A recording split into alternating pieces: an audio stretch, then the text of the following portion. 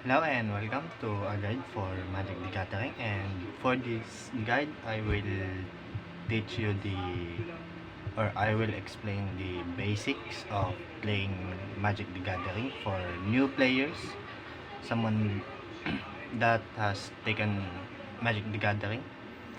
And let's, let's go. First off, the basic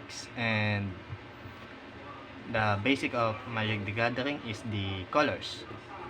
When you play Magic the Gathering, you will have 5 colors to pick from, and depending on your color type, there will be effects or certain mechanics of your chosen color depending on the cards. Now, what are the 5 types of colors in Magic the Gathering? There is the white, the black, blue, and red, and green.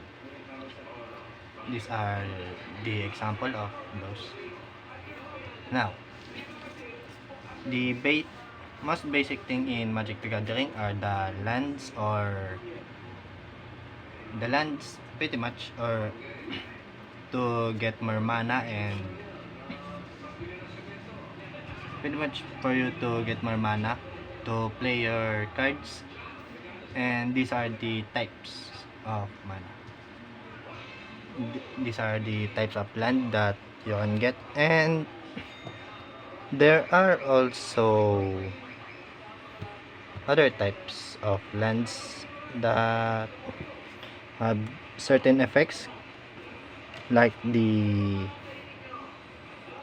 like fetch lands and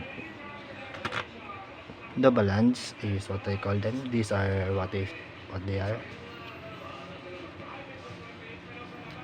These lands are special because you can get 2 mana from them for the cost of 1 card. These are good for when you play multiple colored decks or playing on commander. These are there. There are also land types like this one that has an effect that if you sacrifice this land, you will get something in return. For this one, it gives you a 2/2 black zombie in return. Then there are also multiple land types. There are the gates, the desert, and snow. Many cards use these things on the now that now that I have explained the lands, these are just basic explanation of things in Magic to get you to play the game more easily, or explain it to you how to play the game, or just play the game on your own. Now, for the deck, you will have a 60 card deck composed of, in standard, you will only have two different color on your deck, but sometimes I guess there are cards that need multiple mana, so you need more type of lands, or dual type lands. Now, what is your deck composed of? It's 60 cards. You have a 60 card deck that has lands, creatures, and your creatures and sorceries. Now, where do you put your deck or the field? You put your deck in here, or if you are on the opposite side, you put it here. And for me, I put it here. Now, what do you do when your first turn? Oh, oh yeah. There are several turns. I'll just explain it.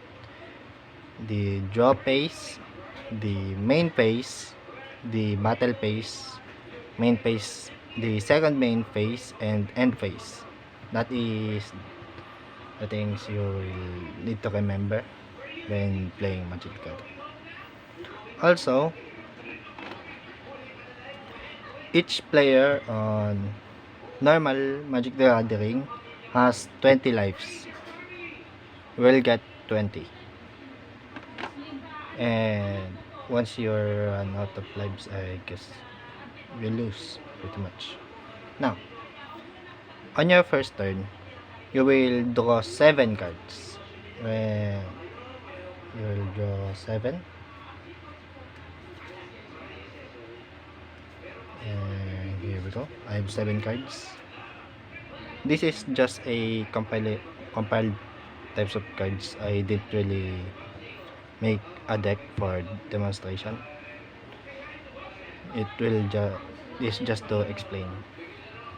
Now, when you draw your 7 cards, on your first turn, if you are going first, you will not draw a card. On your second turn, you will draw a card. Okay. Now, these are your hand or could be your hand. These are the cards. Now, when you draw, there will be several types of cards that you will have. And I'll explain that. First off, the creatures. These are what you send out for battle, to defend, to block, to attack. Typical stuff. Now, in your creatures, you will typically see an ability here. This one. This Scrounge of Souls has lifelink. So, it is explained on the card, but sometimes they don't have an explanation. So, you just have to see them for yourself, I guess. Or look up on Google for information. Now, lifelink in here, the damage dealt by this creature also causes you to gain that much life. So, if my Scrounge of Souls attacks my opponent or a creature, I will gain 3 life. Because this one here is my card's attack, and this is its how much life it has. So, Scrounge of Souls has 3 attack and 4 life. Now, when you play Magic, when let's say we have a Bloodstone Goblin, and I will attack the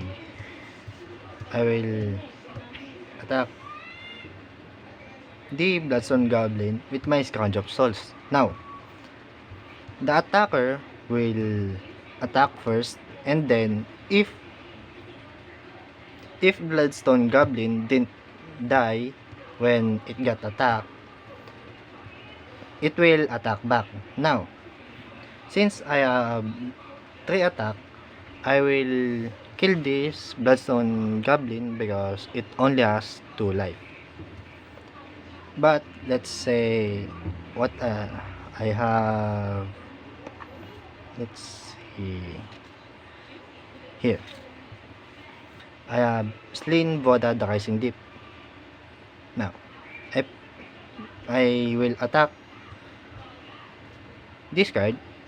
Now, my Scrounge of Souls can't attack it, but it will deal damage, so it will only have 5 life left.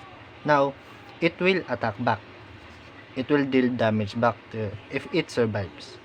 If the card survives, it will attack back to your creatures, and it can kill your creatures too. So, my Scrounge of Souls will die because it only has 4 life, and this is 8 attack.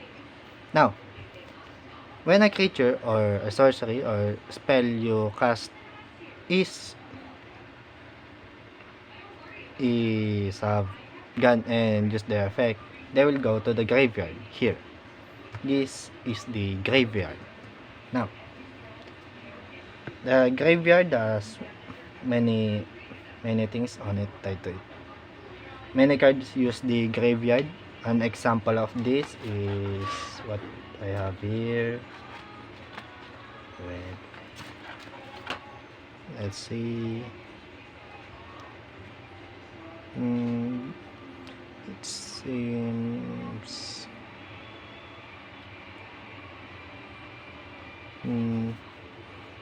I don't wait a minute. I have here a card that can demonstrate his ability. In this deck, I don't even call it a deck. Where is it? Here, this one. This is Silver's Moat Gold.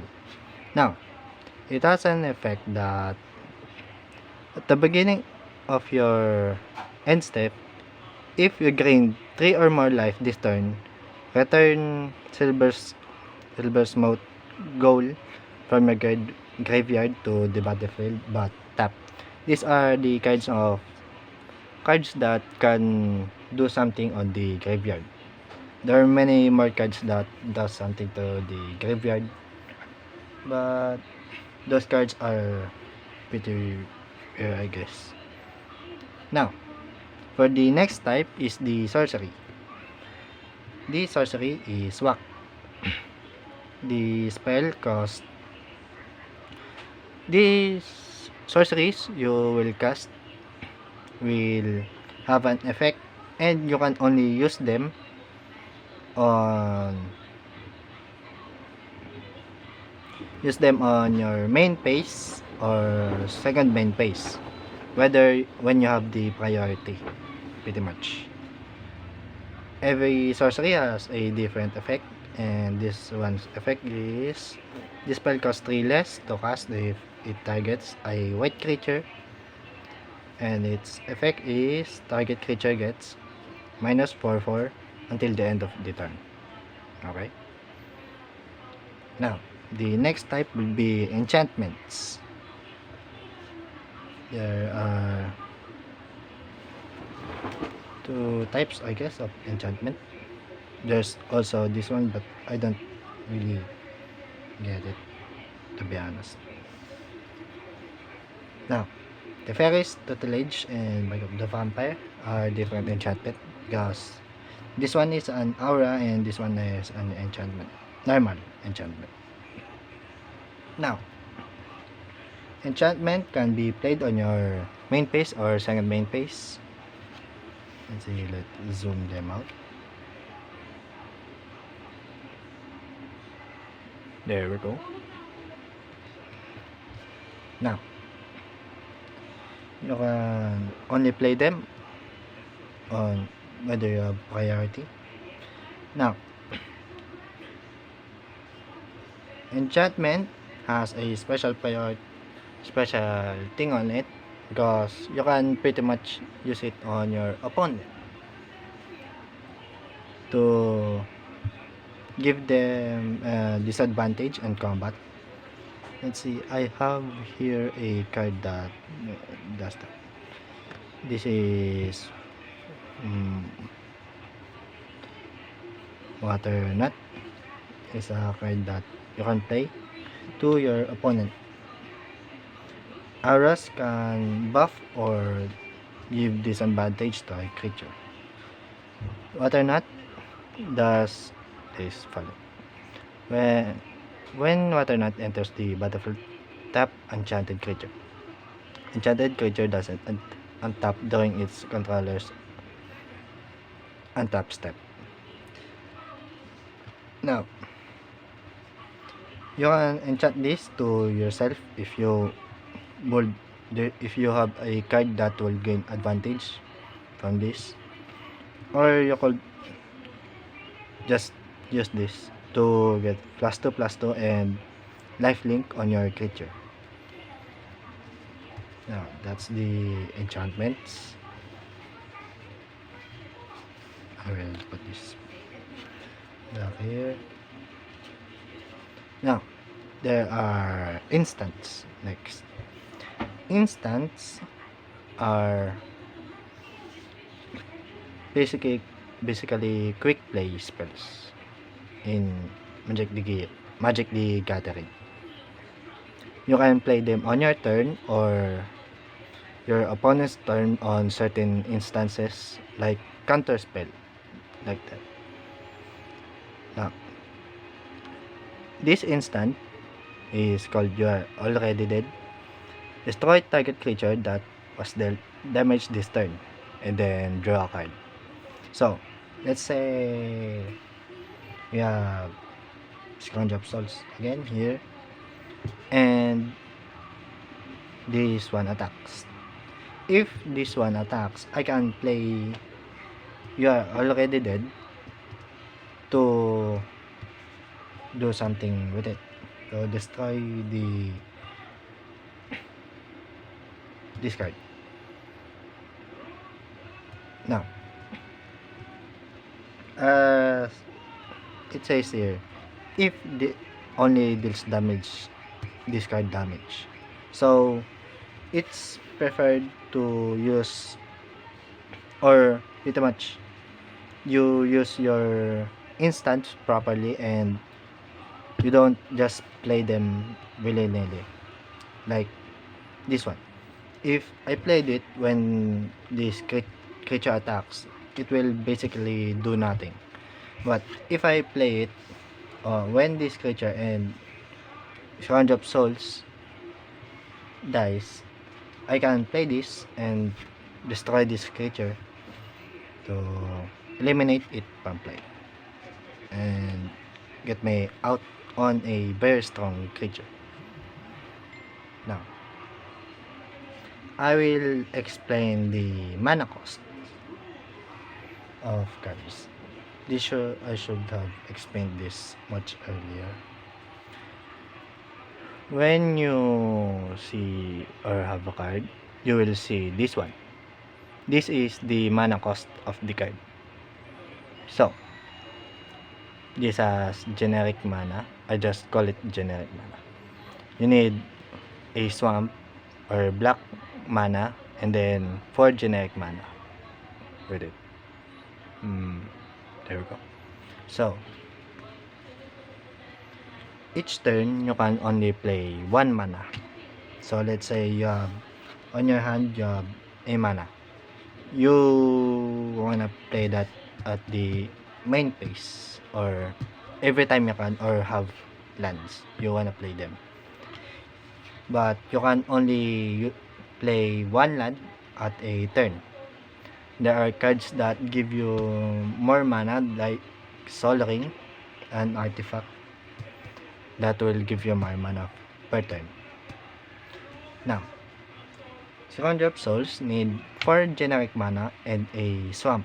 So, you need at least 1 swamp card to cast Scourge of Souls and any 4 mana to accommodate the generic mana 4.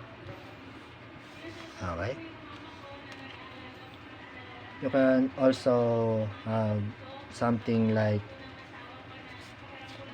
Cradle of the Accursed that has a generic mana on it.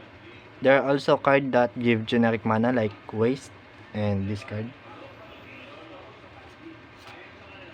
But it's preferable to just use basic lands because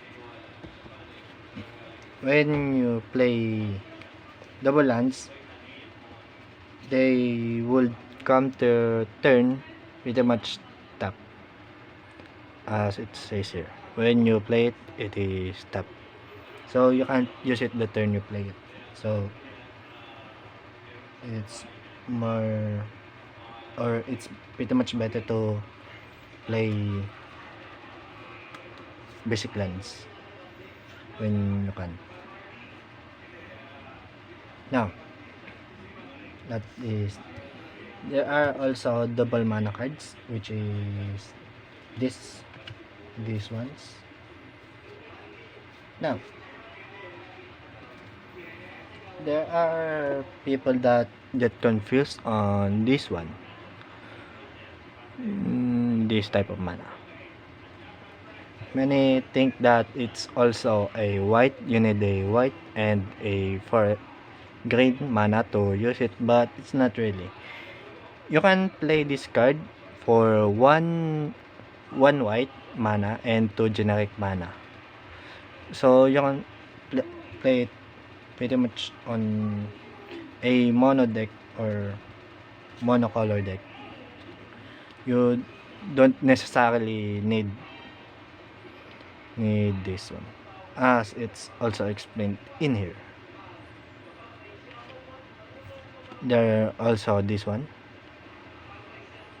There are also cards that need more types of color mana, 3 types. This one. These are typically commanders for the commander format on MTG. This one. Now, I will try to explain the sideboard on. Let's clean up first on this cards here. Now, what is the sideboard? The sideboard is your backup cards, pretty much. Let's say you are on a tournament or local match, and your opponent has a card that is pretty strong, and you don't really have a strong card in your deck. Your sideboard, you can pretty much put strong cards or snow. I pretty much put snowlands on my sideboard typically. This one's snowland. Or this type lands, but some players will put strong cards on their sideboard to help them or to aid them. The sideboard is basically your backup cards. Let's say you want to replace this card for this card, or you have Mark of the Vampire on your deck and walk on your sideboard. Now, your opponent has a white deck. Now, you want to you will think that they have a strong white card on their deck. Now, you will on your sideboard you can pick whack, then replace Mark of the Vampire, then put it on your deck. That's basically the sideboard. Now that you know that, also on your battlefield, you will typically put the graveyard here, and this is your battlefield, this entire thing. So you can put your creatures here and lands here. It's up to you whether you like having your lands in this type of thing, or you have lands in this format. You can basically do whatever your types on your battlefield. Now, I will explain the next type of card, and those are, see here, the artifacts. These are the artifacts that you might have on your deck. Artifacts are a type of card that has only generic mana, but there are cases like this one that need at least 1 red mana to play. But typically they only have generic mana to play. Artifacts have several types. This is a artifact creature. Uh, let's see, artifact creature. Mm, mm, let's see where are they. Then equipment and normal, and that's it. These are the types of artifact you will have on your deck, or you will see. Artifact creatures can be played like a normal creature. They have their mana here and their effect. But typically, artifact creatures are good on your deck as backups or to play bigger cards. They artifact creatures typically have here an effect or a good effect to help you on your game. Now, there is the normal artifacts. Artifacts are stay on your turn. They stay. Let's say you have Sultai Banner. Let's say you have Sultai Banner. This is pretty much is. Sultai Banner gives 3 types of mana, and if you use these 3 types of mana to sacrifice Sultai Banner, you will draw a card. Let's say you have a creature here, and then your lands here. So you have your lands here. You can put your artifacts wherever in the battlefield. Here, here. I typically put them here. Now, artifacts stay on your turn. They can be sacrificed, but they pretty much just stay there when you play them. Because I got asked by a friend when I tried to teach them that artifacts pretty much go to the graveyard when you play them after. They can only go to the graveyard if they are sacrificed or pretty much get destroyed by a card effect. Now, the next one is the equipment. Equipment artifacts are pretty much buff or can give your creatures extra effects on them. This one gives one attack and gives a haste effect on your creature. Equip 1. This is the cost for it to be equipped. This is the cost for it to be played. So I will use 1 red mana and a typical. I'll play it and I will need to use 1 more mana to attach it to my creature. So my creature now has haste on its with flying and a 4 attack. Alright.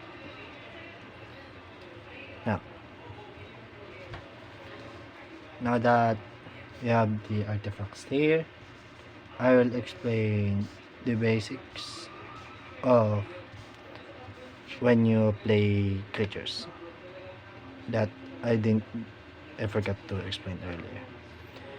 When you play a creature, it cannot attack on its first when you first put it on the battlefield. It cannot attack because of summoning sickness.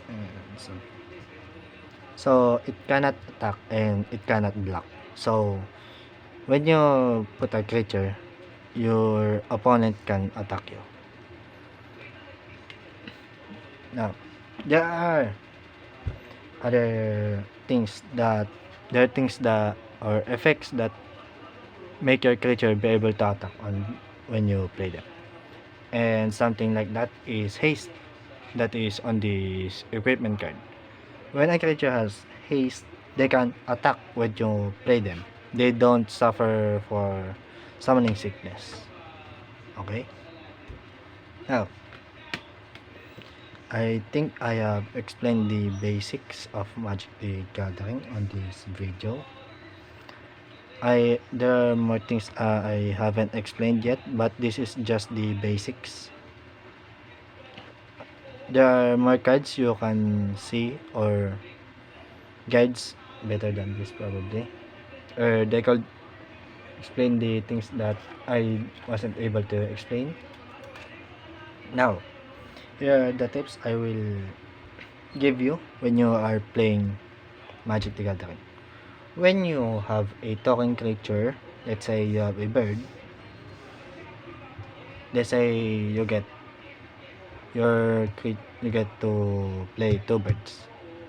You don't have to play another, let's say, bird with it in here. You can just use a dice to play them or count them.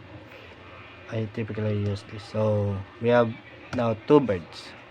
So if my I attack with one bird, I will turn it to one.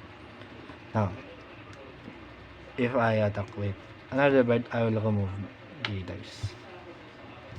Or you can just use two tokens.